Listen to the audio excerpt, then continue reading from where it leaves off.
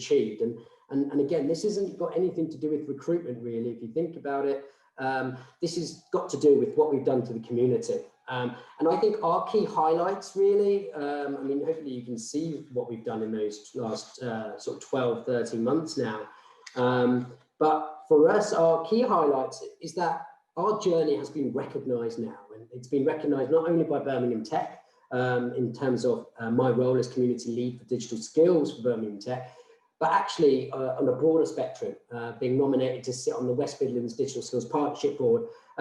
All of these factors are going to allow us to reach our goals for the Brum Muse, which I'm going to come on. And the Brum Muse is fundamentally our talking point for today. But we're proud of where we're at, and I think more so that actions speak louder than words was one thing we wanted to get across more than anything else. So where are we now? So our initiatives are pretty core to where we're at. The Brum Muse is our flagship roundtable, which got created back in October last year. We also run a podcast, which is all around how we promote digital skills solutions providers, how we talk about mental health in the workplace, especially during COVID. I know Yanis is on this, who actually talked about his own personal mental health over the last few months. But also, more importantly, our Inspire the Next Gen series. We're really proud of the Inspire the Next Gen series because it allows us to incorporate our tech landscape that I showed you just now, in terms of incorporating employers, incorporating partners and academia, not only to help future young talent get jobs, but actually how we influence that young talent as well.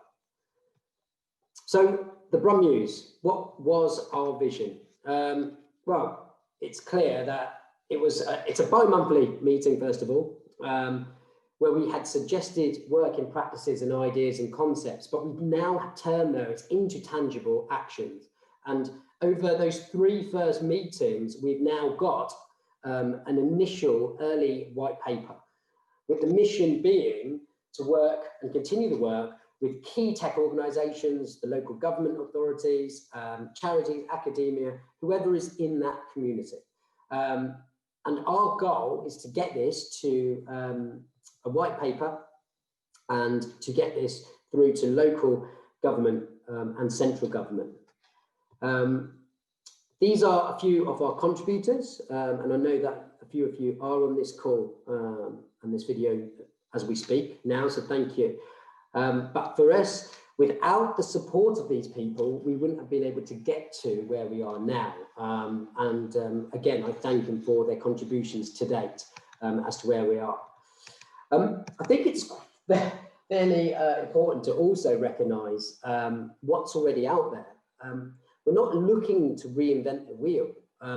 There's a lot of good things going on, and I'm sorry if I haven't included the people that are doing other things, such as Sparta Global, for example, and all the digital solutions providers that are under the Digital Skills Retraining Programme and funding programme from the West Midlands Combined Authority. But I'm not looking to reinvent the wheel. What I'm looking is to complement it.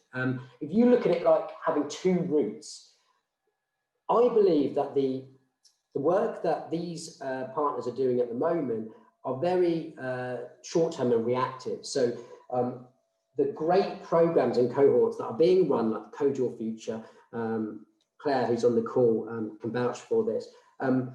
It's all about how we can help perhaps mid-career changers, the retraining side, and help them to seek a career in a space that potentially you don't get access to unless you maybe go to university and do a degree in computer science.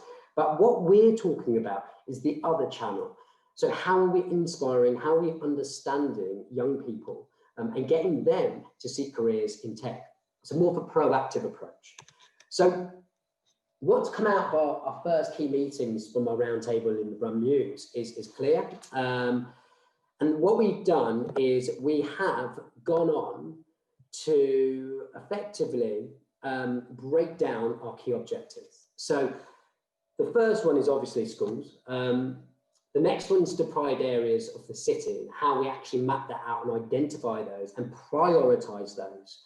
So we're looking to prioritise the key deprived areas of the city, and that is very much inclusive of digital poverty, and I will come on to that in a bit. Diversity and inclusion, and the last 2 points, which, you know, I know Yanis and I were keen to get this launched, the Digital Skills Regional Conference, which unfortunately COVID put a halt to. But what that is going to look like, we believe, is going to be quite fundamental in not only promoting the digital skill solutions providers of now, but also how we educate through stories, through case studies, to employers that maybe don't know what talent is available to them now. So that's something that we're really keen to get going when we can. And we're already thinking of ways of how we can do that in a COVID world. And lastly, the online community platform, which again, Birmingham Tech have launched, which, you know, it has been quite important for us to get the message out there as well, and also our friends at Wonder, who are again, I'll come on to. But I want to break down these key objectives. And again, I'm not limiting those objectives to those. What I am doing is looking to talk about all the areas we can actually hone in on. And the Brum Muse isn't limited just to these objectives. These are our key focus drivers at the moment. So the whole schools piece, Mary Snap said, unless things change much faster, many in the bright, hopeful generation will not enter these technology or these digital technology fields. I think that's really, really important. But where does it start for young people? Let me give you an example. My 2-year-old and my 4-year-old can navigate my phone far better than I can. So what does that say about young people today? Well, it says that early years education, which does encompass 2 to 3-year-olds, that we should be focusing. Those early years is fundamental. So, you know, whilst I'm not going to give my 2-year-old a phone anytime soon, I am going to empower her to potentially utilise it in the right way that is, you know, productive to her development. Primary schools, you know, we talk about education for a connected world. Well, you know, how can we do more of that? And the British Computer Society, the STEM.org, Eva, you're on the call. I'm sure you can talk about this in further detail, but these are 2 organisations that I'm proud to say are helping us with what we can do with schools.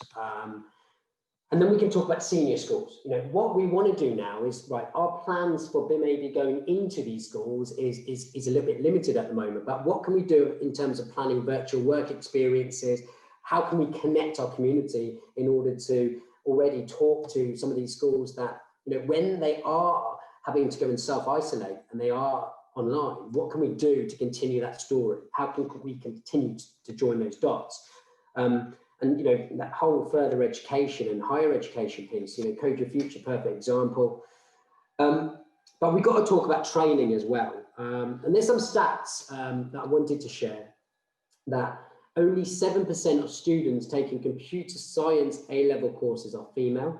So I'm proud that I'm actually partnered very soon officially with Aston Computer Science Society. And the reason being is that society has got a very diverse gender split and ethnic background split. Priyanka, you are on the call. Thank you for joining.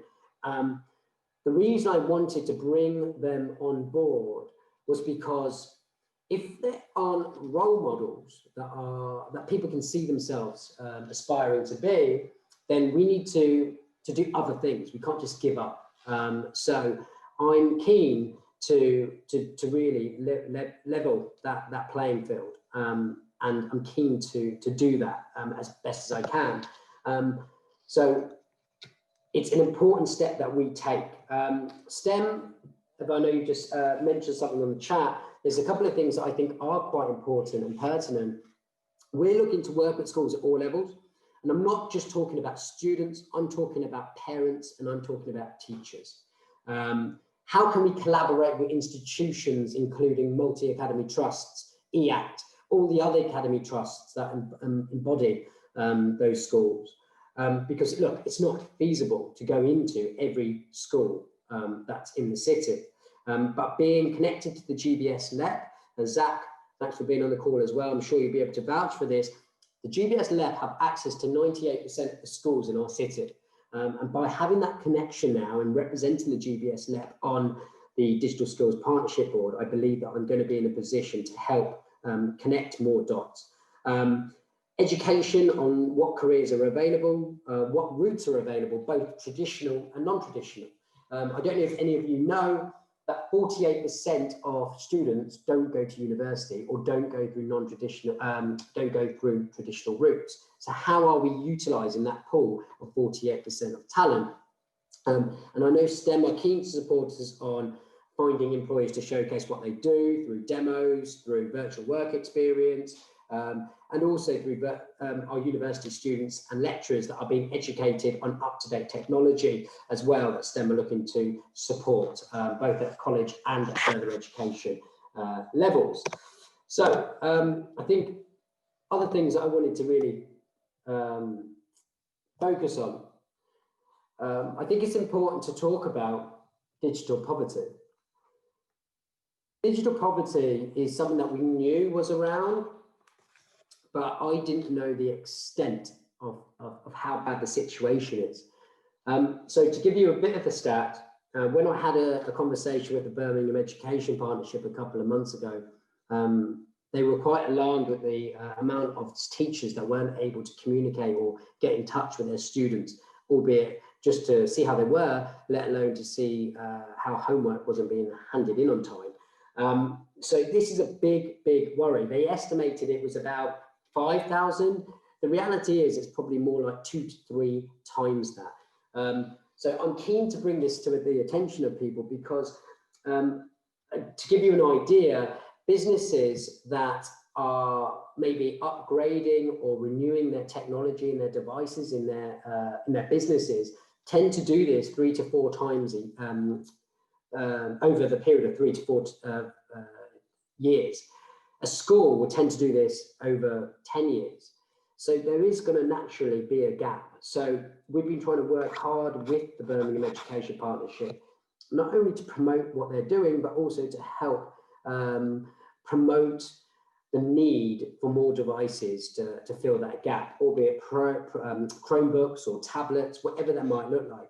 And when I talk about access, I am not just talking about access to devices. I am talking about access to connectivity or data, where families in deprived areas are actually having to choose food over data. So it's this conversation about data and food. So I wanted to really hone in on this because I think it is really important that people are able to give back in any way that they can, and any donations that are available, then please get in contact with the Birmingham Education Partnership or through myself.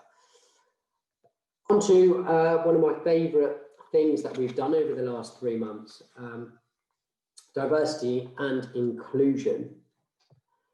I think when we talk about diversity and inclusion, I just want to break this down. And again, we could have this conversation. There was some really interesting conversations this morning on other events that I did listen to on diversity and inclusion that were probably better placed to talking about the actual terms. But what I want to talk about is actions. This is what I want to talk about. So effectively, diversity breaks down to 3 areas for us. So gender, it's breaking down to disability, and it's also breaking down to people of colour and underrepresented backgrounds. The stats are interesting, to say the least. So, 17% of UK tech specialists are female, 8% are disabled, 83% of tech execs are white. Okay, yeah, that's great. But what I wasn't able to find out was exactly the number of people coming from ethnic backgrounds and ethnic minorities that were actually coming from those backgrounds and what that number looked like. So to give you an idea, the British Computer Society gave me 1 to 2%. Colour and Code gave me 4%. Tech Nation gave me 14%. So I've not been able to identify what that number looks like. And unfortunately, records are only going back to up to 2017. So I'd be keen to see if there was any data on that. And I am keen to take people's thoughts on that as well. Someone has just made a comment on my chat, but I can't. Wait a minute. Okay. Thanks, Pauline. So that's interesting. Pauline is part of Birmingham City Council, piece of work on digital inclusion strategy for the city. I'd be happy to hear from anyone on the call who wants to know more. Yes, we would. And Raj Mack has put us on in that strategy as well for the Brum Muse. One thing I want to obviously focus on is I think what we're doing now to reflect our city. So 42% of people in Birmingham are coming from underrepresented ethnic backgrounds, but we've obviously got a small percentage of people that are seeking or have got careers in tech. And I talked about role models earlier, and I think that's a perfect example. You know, when we talk about role models, I think it's clear. Drew Curry mentioned the McKinsey Diversity Matters report, which actually said that companies in the top quartile for racial and ethnic diversity are 35% more likely to have financial returns above their respective national industry medians. And that is the same for gender diversity, whereby 15% are more likely to have financial returns above their respective national industry. Diversity in Tech Brum is all about bringing together our city. It's about bringing together allies. You do not have to be a person of colour or coming from an ethnic background to be part of this initiative. But we understand that people are at different phases on how they want to be part of the conversation, whereby how do we get people from the sidelines to wanting to maybe listen, maybe then wanting to understand, and then joining to be allies. And the whole point of Diversity in Tech Brum is to take people on that journey. This isn't about, okay, all these stats, let's have a conversation about it. This is about tangible actions on how we connect groups and influencers of all types of person. And that is absolutely critical to what we are looking to achieve.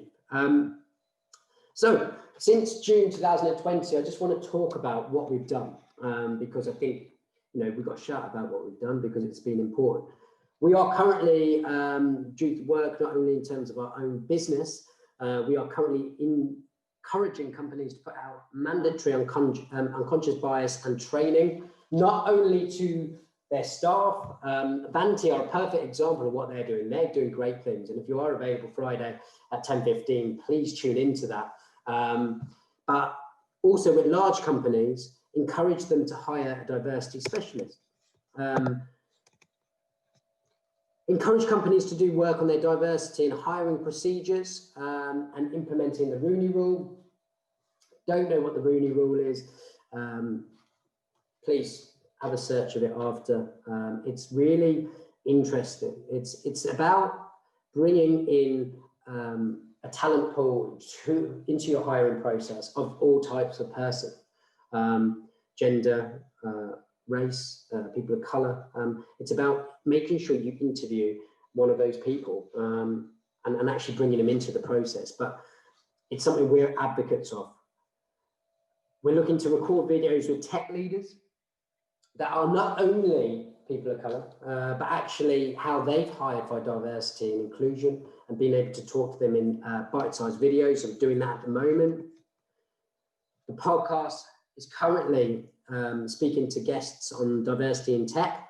If you've not tuned in, there's some really interesting ones that we've recorded so far on that.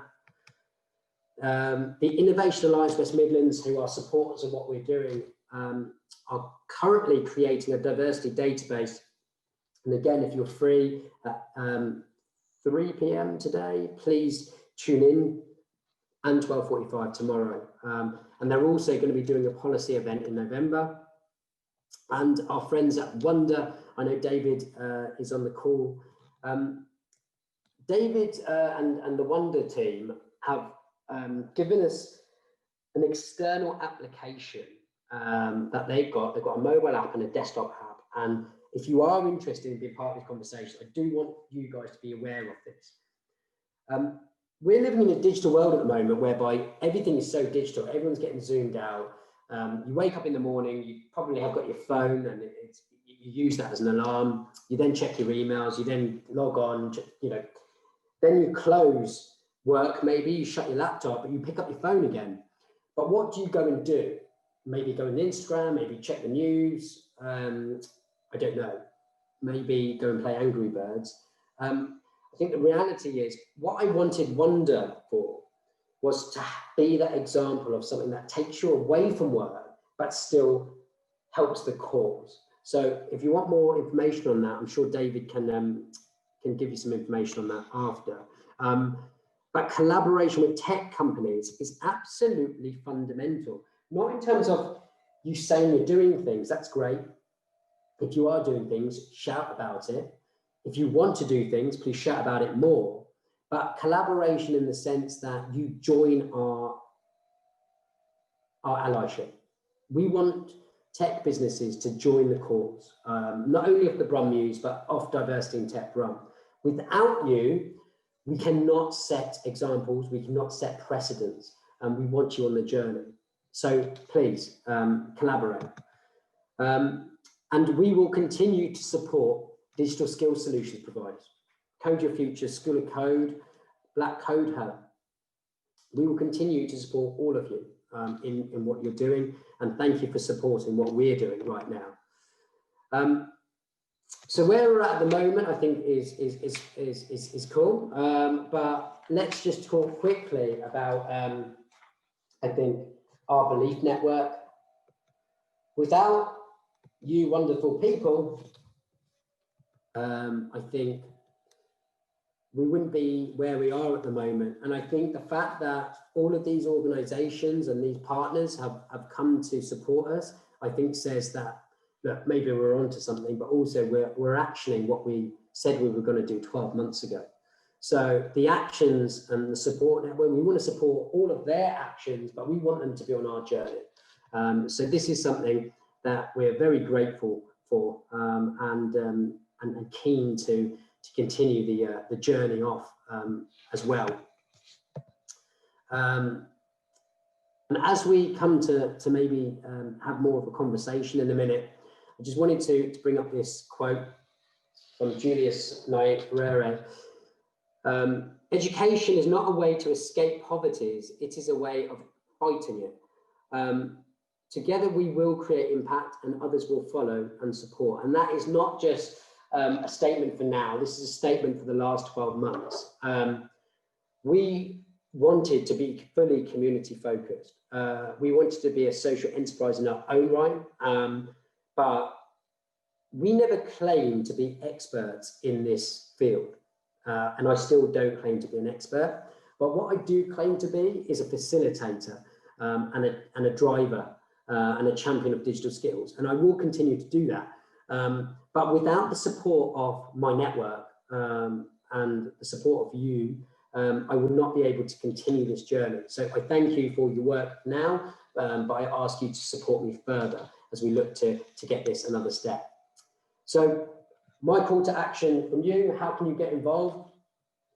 Well, I'm going to ask you to ask some questions in a minute, and I'm going to ask you to be part of it.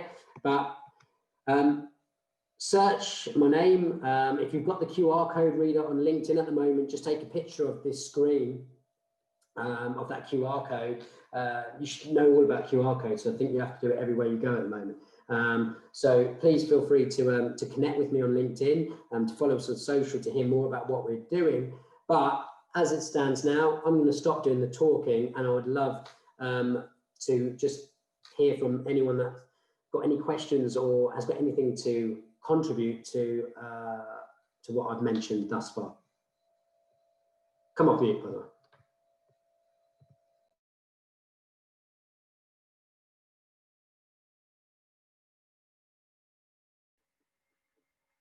I think you've done great, Dan.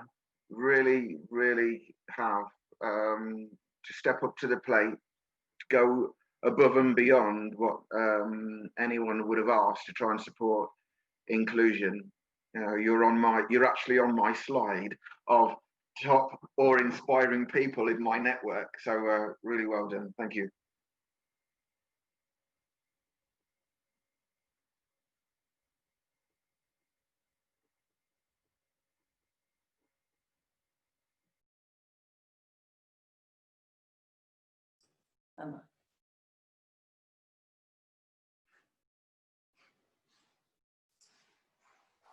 Sorry, Dan, I think you're on mute.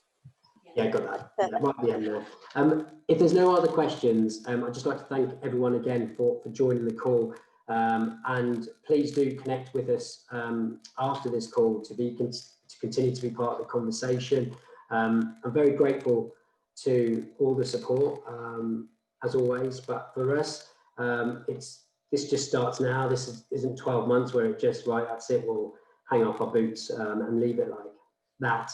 You know, there's a lot more work to be done, but we want you and we need you. So any work where you feel you can add value and want to be part of that journey, then please reach out to us. And if you want to read the Brum Muse and see where it's at, then please let me know. Ever read the Brum Muse and then added to it in terms of where their STEM are going to contribute to it, so we can do that. We're open to doing that. Thank you. Enjoy the rest of Birmingham Tech Week. Yeah, there's some really interesting things going on, so please continue to be part of the conversation.